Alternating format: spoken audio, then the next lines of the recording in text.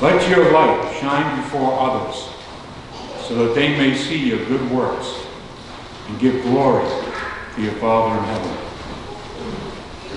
In the ELCA Lutheran Church, in their baptism liturgy, they do something I would like to see us adopt. As part of their liturgy, they take a candle, light it from the baptismal candle, then hand it to the person just baptized, or if they are a child, a parent or guardian or godparent, and they hand it to them with these words from today's gospel. Let your light shine before others, so they may see your good works and give glory to your Father in heaven. I think this is a nice touch, and it fits nicely with our baptismal covenant, which we would have just recited a few minutes prior. Notice too that Jesus doesn't say, if you do good works. Jesus expects you will do good works. Jesus expects that if you are one of his own, you will do good works. Jesus expects you will do what you are called to do in the baptismal covenant, that you will seek and serve Christ in all persons, loving your neighbor as yourself, and you will strive for justice and peace among all people and respect the dignity of every human being. Jesus assumes we will do what he has called us to do. Last month, I was supposed to attend a retreat. It was a retreat for deacons from all over New England, all of Province 1. It was a time to get together and pray and share and do some studying. Unfortunately, I was unable to attend due to my recent back surgery. As part of the retreat, we were asked to read a book that we would have discussed, or that they did discuss, just I wasn't there. Since I wasn't sure if I would attend the retreat, I read the book in case I was able to go. And I'm glad I did read it. The book is titled Tattoos on the Heart and was written by Father Gregory Boyle. Some of you may have heard of Father Boyle. Some of you may have read this or some other books he has written. For those of you that don't know about Father Boyle, let me tell you a little bit about him and his book. Father Boyle is a Roman Catholic priest who serves a parish in the ghettos of Los Angeles. He has devoted his life to helping gang members change their way and become upstanding members of society. He accomplishes this in many ways, one of which is he created a company called Homeboy Industries, where he employs these former gang members to help them get on their feet. And as was pointed out to me by presidential candidate Tom Steyer this morning, he also helps them remove their gang tattoos. Father Boyle and the staff have helped a great many former gang members get out of gangs and on the right path. And this book chronicles many of those stories. There is one part of this work, this great work that Father Boyle is doing, that I'm not so sure I could do. There are times when a former gang member will straighten his life out. He will become employed, feel good about himself.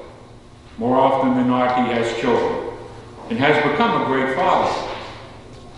All this work, yet he is still gunned down because of his past. Don't get me wrong, it's not because they went back to gang life. No, they're just walking down the street when someone from the past will drive by and shoot them. I don't know how Father Boyle can keep going on when this happens. And it's not something that happens once in a great while. It happens way too often. One such story was the story of Jason. Jason was a gang member and drug dealer who decided he didn't want to do it anymore.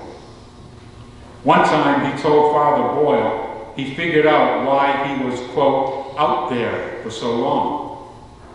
He says it was because he was so angry all the time. Now he just lets all the anger go. Now and then, Jason would just drop by to see Father Boyle, or G, as they call him, and just catch up. This particular Wednesday, he came by to help with his resume, as he was trying for a better job.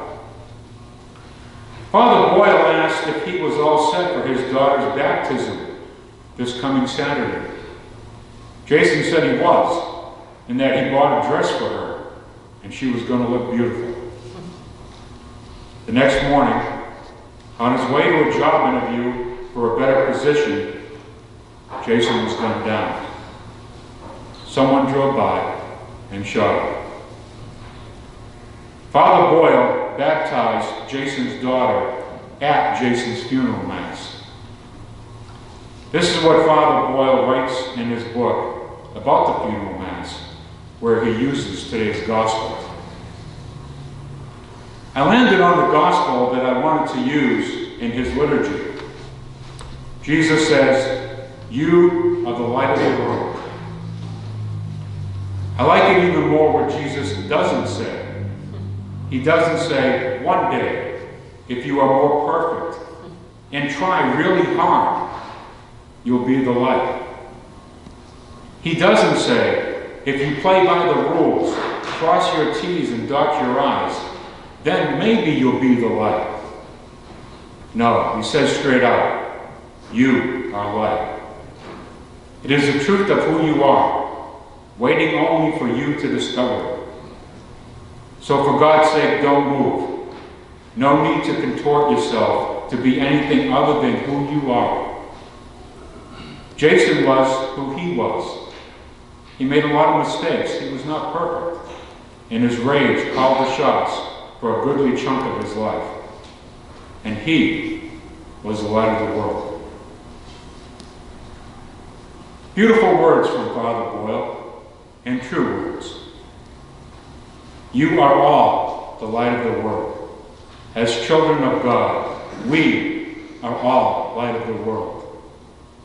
And as Jesus said, you don't put a light under a bushel basket, but on a lampstand. And it gives light to all in the house, and I would add, to the whole world. We are light, and we are to shine that light for others to find their way. There are people in dark places, and we need to be their light and help them find their way out of the darkness so they can find their own light. Sometimes we are in dark places, and we need to find our light. We need to be ready to accept that help so we can shine again. In another story, Father Boyle tells about one of his homies, Pedro, who he had a hard time reaching at first. Pedro told him about a dream that he had. Pedro and Father Boyle were in a dark room together. There were no windows, no light, completely dark. Father Boyle takes a flashlight out of his pocket and points the beam of light to a light switch on the wall. He doesn't say anything. He just points the beam at the switch. Pedro knew he had to flip that switch himself, and he gets up and flips the switch. When he does, the room floods with light. Pedro understood through this dream that only he can bring the light into his world. However, he needed someone to be there to shine the flashlight. Sometimes we need to show others the way to the light.